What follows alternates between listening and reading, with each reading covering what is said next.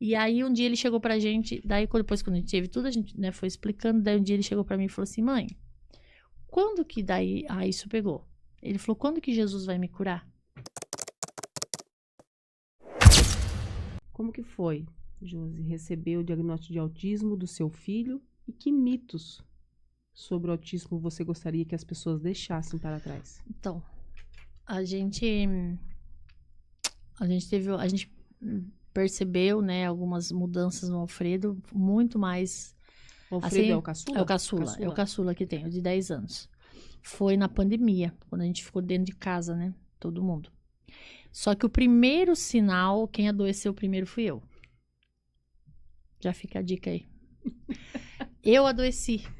Eu comecei a ir no psiquiatra. Eu não tava bem. O Pedro começou a perceber que eu fui ficando mal. E aí a gente tinha aquela ideia assim, é a pandemia, né? Ficamos muito dentro de casa. Eu tinha muito medo do Pedro pegar Covid por conta do coração, porque ele infartou tudo. Então a gente tinha uma coisa.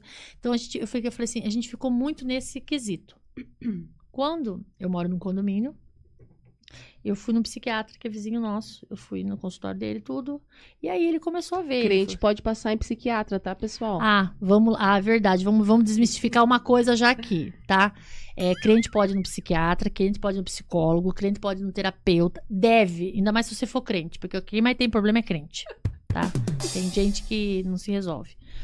E eu fui no psiquiatra, e aí ele começou a me tratar. Só que ele começou meio que buscar qual que era a fonte do que estava acontecendo comigo. Eu ficava muito nervosa, eu tinha, assim, uma coisa assim que era inexplicável, né? E eu já vi, então, vamos lá. A pastora Josi já teve depressão. Quem olha lá na frente fala assim, nossa, né? Não, já tive depressão, já passei por depressão séria. Quando eu casei com o Pedro, eu estava depressiva. Olha lá. Pra você ver, o Pedro tava, tipo assim, ele era, né, do rolê, do mundão, mas eu era depressiva. Então, imagine a unidade do casal. Eu tinha depressão. E o Pedro, a mãe dele foi psicóloga, né, minha sogra. O Pedro, na hora, percebeu. Falou, tem alguma coisa de errado. Só quer ficar de pijama, só quer ficar em casa. Eu saía uma vez por dia e não conseguia sair mais. Se eu saísse uma vez no dia, eu voltava pra casa e dali eu não saía mais. Então, eu já tinha tratado de um caso assim, antes. E aí, depois veio a pandemia, eu comecei a passar mal de novo. Aí a gente fala assim, nossa, mas quão crente você é que você passa mal? Eu passava mal, passava muito mal. E mesmo assim, eu falava assim, gente, mas aí vamos desmistificar. Não é espiritual, era psicológico mesmo. Mas tem o espiritual também, Tenho. pastora. O que acontece? O que acontece do psicológico e o espiritual? Quando o psicológico fica abalado, muito abalado, ele abre uma porta. Uma brecha. Uma brecha, assim, entendeu? Esse que é o problema. Não é que o inimigo ele tem que achar um espaço. Isso. É isso que ele acha. Ele acha um espaço na gente. Se ele achar um espaço em você, ele vai entrar. Qual que é as áreas? As áreas emocionais são uma área muito atingida, né? Porque aí a gente começa a ficar... Sim. E aí eu comecei a ficar. E a minha preocupação era essa também. Era o espiritual, né? Porque vamos já desmistificar outra coisa. A pastora Josi já foi um dia, hoje eu não sou mais, gente, graças a Deus, mas eu já fiquei endemoniada. Crente fica endemoniado também, pessoal. Crente também fica endemoniado, tá? Mas bem, isso daí há muitos e muitos anos atrás. Mas aconteceu. Por quê? Porque eu não me posicionei, eu tinha deixado uma porta aberta, ele achou e entrou. Qual que é o meu cuidado a minha vida toda depois disso? Nunca mais abrir porta. Então, eu tenho que saber, né? Então, mas só essa balinha. Não, pra mim não pode, tá? É aquela coisa assim, as pessoas não entendem aquela situação assim. Por exemplo, é uma pessoa viciada em droga. Você não dá bebida pra pessoa. Porque se a pessoa beber, a primeira coisa que ela vai querer vai ser usar droga. Sim. Não, mas ela vai numa festa em família, ela tem bebida. Você tá ativando uma situação. Se entrar daí, aí entra modo espiritual depois. Então, tinha um psicológico abalado. Como o psicológico abalado, ele começou a perceber. Aí um dia, a gente tem uma feira de sexta-feira, que é uma feira de comida lá que eles vendem à noite. E a gente ia na feira. Ele passou na feira, ele olhou as crianças brincando no parquinho. E aí ele veio e falou pra mim assim, vamos fazer o seguinte, vamos adiantar a sua consulta. Ele falou pra mim assim, ele falou, por quê? Ele falou assim, Josi, eu descobri o que você tem. Ele? Não, o psiquiatra. O psiquiatra. Ele descobriu o que você tem. Eu que descobri o que você tem. E aí, quando a gente mora no meu condomínio, a criança dele brincando Sim. ali, a menina... Eu fui. Aí cheguei lá, ele falou pra mim assim, você não percebeu que o seu filho é autista? Eu falei, como assim? Ele falou assim, o Alfredo é autista.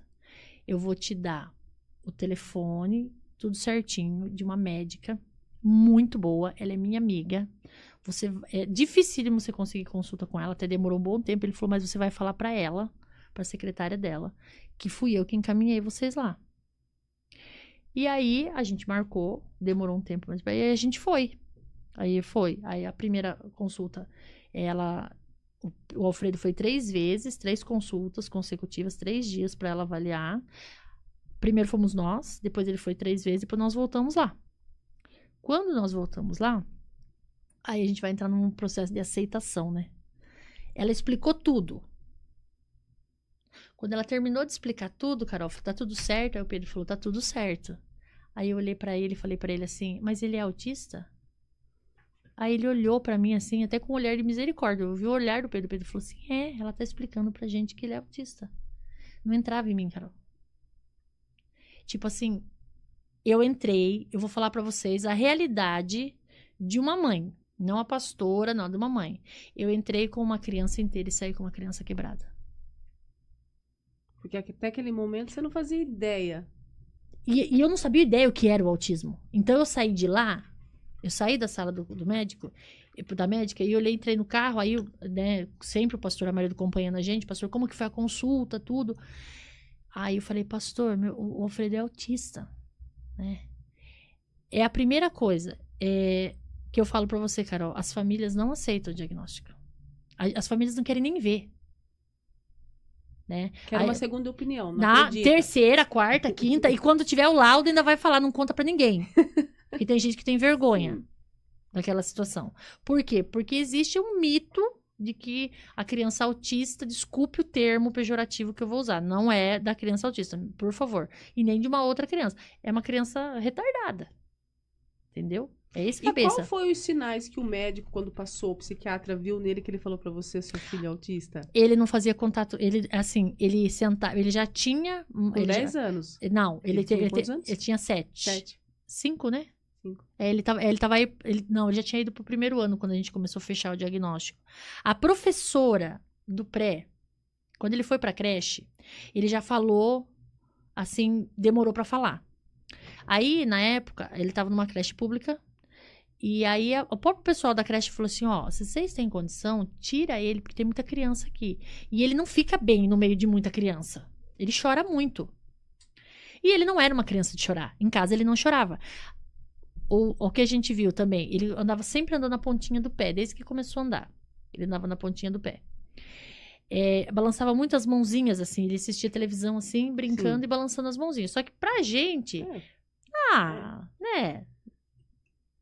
O Pedro filmou tudo, porque a gente achava o quê? Legal você falar sobre isso, pois normalmente são os pais que não aceitam. Minha irmã, Alessandra. Não, os pais não aceitam. A gente uma aceitação, é uma situação. Aí balançava assim, o Pedro começou a filmar, né, assim. Mas aí a creche sinalizou isso pra gente. A gente levou ele pra uma escola, pra uma escolinha. Essa escolinha, a minha filha já tinha, a diretora da escola, uma época ela teve uma escola, minha filha estudou. Então, porque ela tava lá, a gente levou ele pra lá. Pelo cuidado, só que essa escola, ela é dentro de uma escola de enfermagem. Então, lá tinha psicóloga, tinha enfermeira, então ele começou a ficar nesse ambiente perto dessas pessoas. E as pessoas começaram também a prestar atenção. Sim. Quando a professora, uma das primeiras professoras pegou ele, percebia que ele não ficava em ambiente, ele levantava muito. Então, tinha várias situaçõezinhas dele. Quando a gente chegou no médico com ele, ela começou a perceber. Aí ela falou, olha, ele não faz contato visual. Ela falou assim, daí ela perguntou do que ele gostava, né? Então, como um bom Riva, Star Wars, né? Lógico, né? Todo Riva que se preze gosta de Star Wars. Você sabe se ele é Riva ou não. Então, ele sempre gostou. Ela montou a sala dela toda com coisas do Star Wars. E deixou ele lá. Daí ela falou que é uma das coisas que ela percebeu. Ele conversou com ela, mas ele brincou sozinho. Ele não chamou ela pra brincar. Ela não é o normal de uma criança pegar o Sim. brinquedo e querer dividir, não. Ele ficou sozinho. Outra coisa, ele já tinha uma idade, né, maior, assim, bem maiorzinha já estava indo já pro primeiro ano quase da escola, e ele sentava em W ainda. Que é aquelas perninhas que a gente senta assim, com as perninhas para trás. Sim. Geralmente eles já estão nessa idade, ele já começa a sentar como se fosse um índiozinho, né? Ele não fazia isso. E aí ela falou assim, e daí se ela foi sinalizando, o flip das mãozinhas também, que ele ficava assim, muito assim, conversava. Hoje a gente conversa com ele, se você conversar com ele, ele faz uma coisinha assim que parece o Homem-Aranha, ele sempre tá explicando pra você assim. Sim. Então, São pequenos detalhes, pequenos né? detalhes, assim, que a gente foi indo. A seletividade alimentar, porque ele já tinha começado a parar de comer. Ele já estava comendo arroz e ovo, era assim, arroz e ovo e macarrão. Era a comida dele. Era a comida dele, né? E aí, a gente se sente culpado, depois que você vai tendo diagnóstico, se sente culpado. Porque daí, depois nas próximas consultas, eu falei assim, que ela falou, vocês esforçam, né? Eu falei, não, porque o que a mãe quer? A mãe quer que come brócolis, né? E o Pedro cozinha muito bem, e o Pedro, a gente dava de tudo. E quando ele era bebezinho, ele era menorzinho, ele comia. Depois que ele parou de comer. Foi selecionando. Ele foi selecionando os alimentos. E aí, né, ela começou a falar sobre qual a sensação que tinha quando ele colocava o alimento na boca. Então, foi me dando, assim, uma coisa pior ainda, de eu lembrar que eu forçava ele a comer coisas que ele não queria comer. Porque ele não conseguia comer. Não é que ele não quer, eles não conseguem comer. Então, essa parte toda foi bem assim, o olhar dela, depois o olhar da professora do primeiro ano também, quando a gente foi fechar o diagnóstico, ela sinalizou tudo pra gente levar. Então, quando você vai ter um diagnóstico, você precisa muito, Carol, assim, as pessoas têm que ser assertivas. Então, a professora do primeiro ano dele, ela não tinha nenhum estudo, nada Nenhum nesse... embasamento Não, nisso, né? não tinha. Mas ela teve um olhar de amor. Então, ela fez uma lista pra mim de todas as coisas que aconteciam na sala de aula. Tipo assim, o amiguinho sentava, chutava a cadeira, tinha que mudar de lugar, ele sentava sempre no mesmo lugar. Ela falou pra mim, você não pode chegar atrasado com ele na escola, porque ele chega aqui aflito. Ele tem um problema que como eles têm uma rigidez cognitiva, então ele tem, tipo, 1 hora que entra a escola, 1 hora você tem que estar na escola. Se você chegar 1h05, vão deixar ele entrar, mas não é a mesma coisa. Então, tudo isso foi indo. A aceitação nossa, assim, demorou pra gente definir. Aí, tipo assim, situações. Um dia o Pedro passou a mão no cabelo dele, assim. Menina, ele deu um grito, assim, ele começou a chorar. Ele falou assim, você tá arrancando o meu cabelo. Então o Pedro falou, não, filho, eu só passei... Não, ele falou assim, não, eu só passei a mão, né? Aí a gente contou pra médica. Aí ela falou pra gente, ela falou assim, não, a sensação que ele tem é que você tá arrancando o cabelo dele. Porque ele tem idade ao toque. Então, se você pegava nele, ele falava, você tá me apertando. Ai, você tá me machucando. E você não tava, mas ele tinha aquela sensibilidade ali. E aí, a nossa casa mudou. A nossa vida mudou. E você vem com aquele sentimento. Meu filho quebrou, entendeu? E agora você vai colar. Como vai ser? Como vai ser? Eu colei ele, entendeu? Aí quando eu falo isso, as pessoas falam assim, ai que horror você falar isso. Mas era o sentimento que eu tinha. Não é porque eu não amava ele. É porque não tinha uma coisa que eu não tinha, né? Como resolver aquilo ali. E aí um dia ele chegou pra gente, daí depois quando a gente teve tudo, a gente, né, foi explicando, daí um dia ele chegou pra mim e falou assim, mãe, quando que daí, isso pegou? Ele falou, quando que Jesus vai me curar? Daí naquele dia eu entendi que eu tinha que explicar pra ele que, gente, autismo não é uma doença. Não pega. Vamos desmistificar. Aí você pegou de um no outro. Não pega. Você nasce assim. Né? Vou desmistificar uma coisa, né? Depois a gente vai falar da doutora Amanda. Que a Amanda também tem um filho, ela lá do nosso local, e a Amanda também tem o Danilinho também é autista. Uma coisa que a gente vai desmistificar. Não é demônio, tá? Tem gente que quer orar na criança autista pra tirar o demônio. Não é demônio, gente, por favor. Se eu ver um negócio desse hoje, eu me revolto, porque eu já vi. Eu já vi pessoa ir orar na criança, a criança já tá agitada, aí vai orar, não, vamos repreender esse mal. É uma condição de vida. Isso daí, não é um mal, né? Quem que pecou? O pastor Pedro tem uma pregação muito boa sobre o cego, que fala quem pecou. o pai ou a mãe, pra ter nascido assim. Ninguém pecou. Veio nessa condição. Outra coisa, não dá pra romantizar. Ai, gente, eu tenho um filho azulzinho, entendeu? Assim, são situações de vida. Até eu achei muito interessante esses dias um podcast que eu assisti, que tinham falado, cortaram um trecho do Marcos Mion falando que as pessoas têm que ser felizes e ter um filho autista, né?